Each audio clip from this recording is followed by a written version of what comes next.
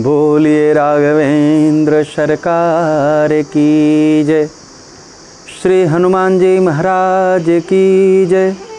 श्री अयोध्या धाम की जय। बोलिए काशी विश्वनाथ महादेव की जय।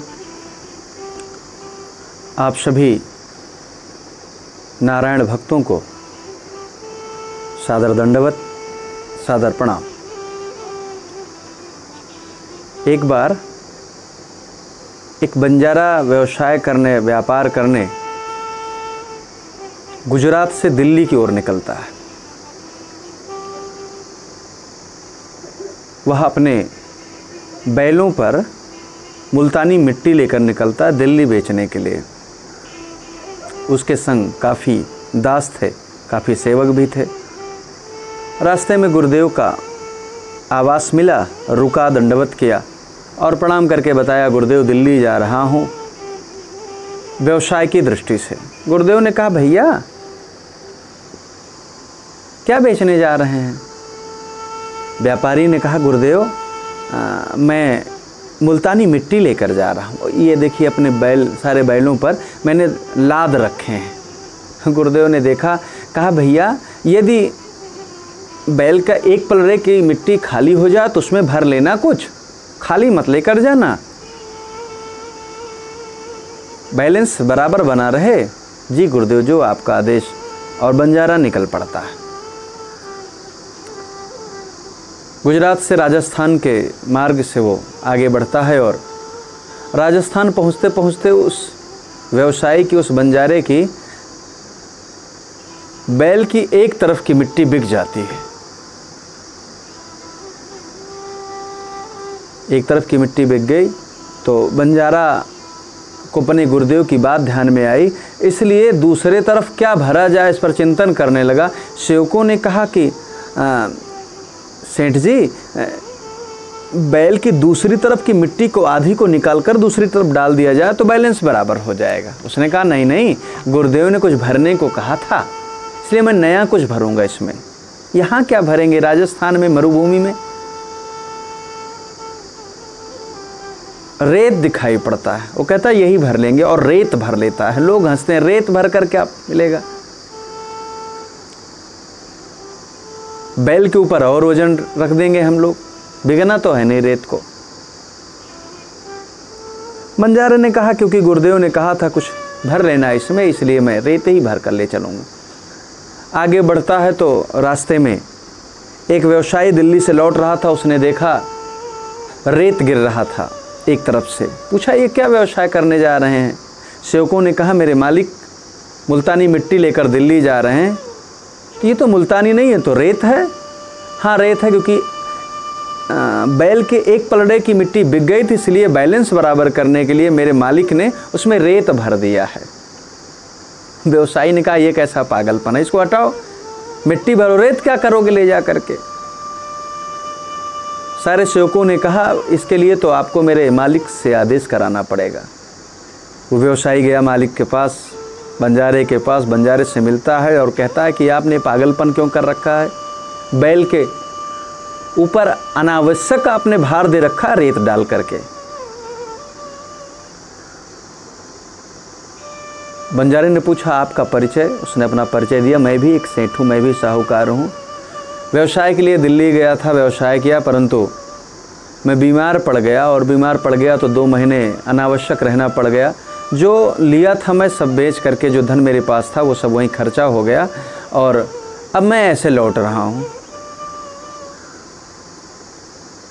कहा, ठीक है। और थोड़ा आगे बढ़ता है। सारे सेवकों ने कहा कि हुजूर, अभी जो सज्जन इधर से जा रहे थे उन्होंने कहा था कि मैं आपके मालिक से बात करने जा रहा हूँ, रेत हटाना है।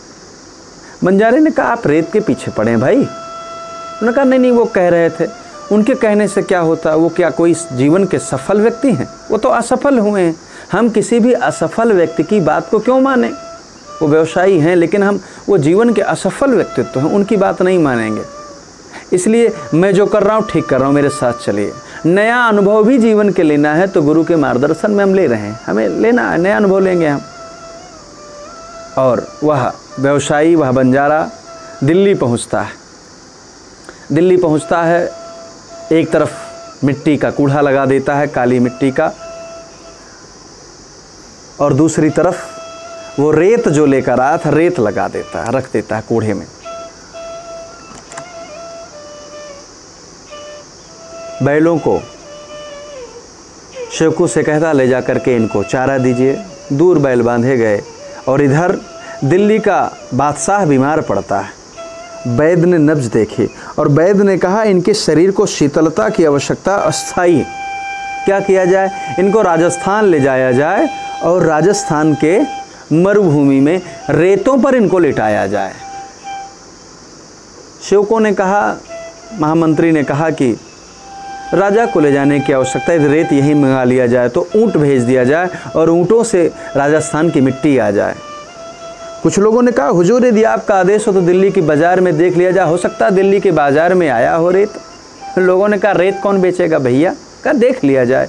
और तुरंत सेवक जाते हैं दिल्ली का बाज़ार, और दिल्ली के बाज़ार में जब जाते हैं तो वो उसी दुकान पर, उसी बंजारे की दुकान पर पहुंचते हैं जहां पर वो रेत लगा हुआ था।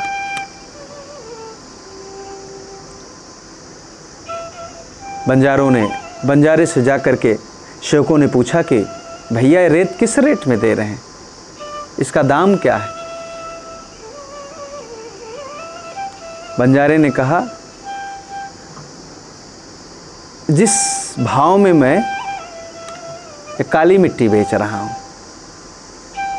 जिस भाव में काली मिट्टी बेच रहा हूं, उसी भाव में मैं, जिस भाव में मुल्तानी मिट्टी मेरी है, उसी भाव में रेत बेचूंगा।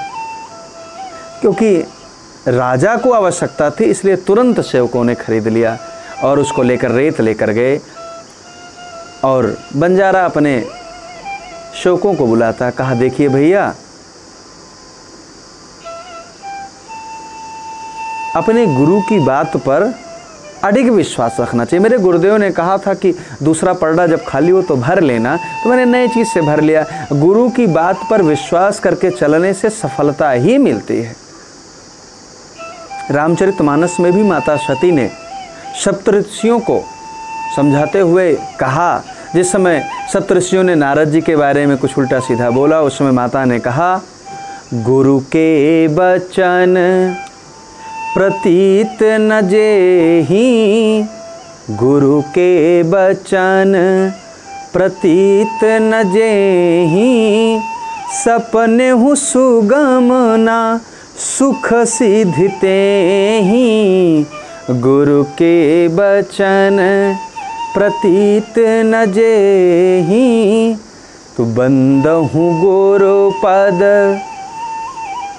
पदुम परागा, बंदहु गुरु पद पदुम परागा, सुरुचि सुबास सरस अनुरागा, गुरु के बचन प्रतीत न जेहि।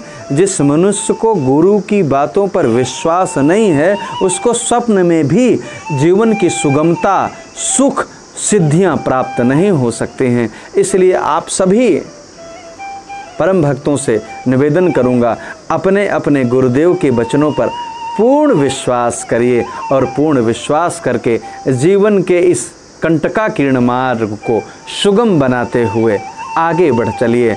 आप सभी से सादर दंडवत प्रणाम करता हुआ विदा मांगता हूँ।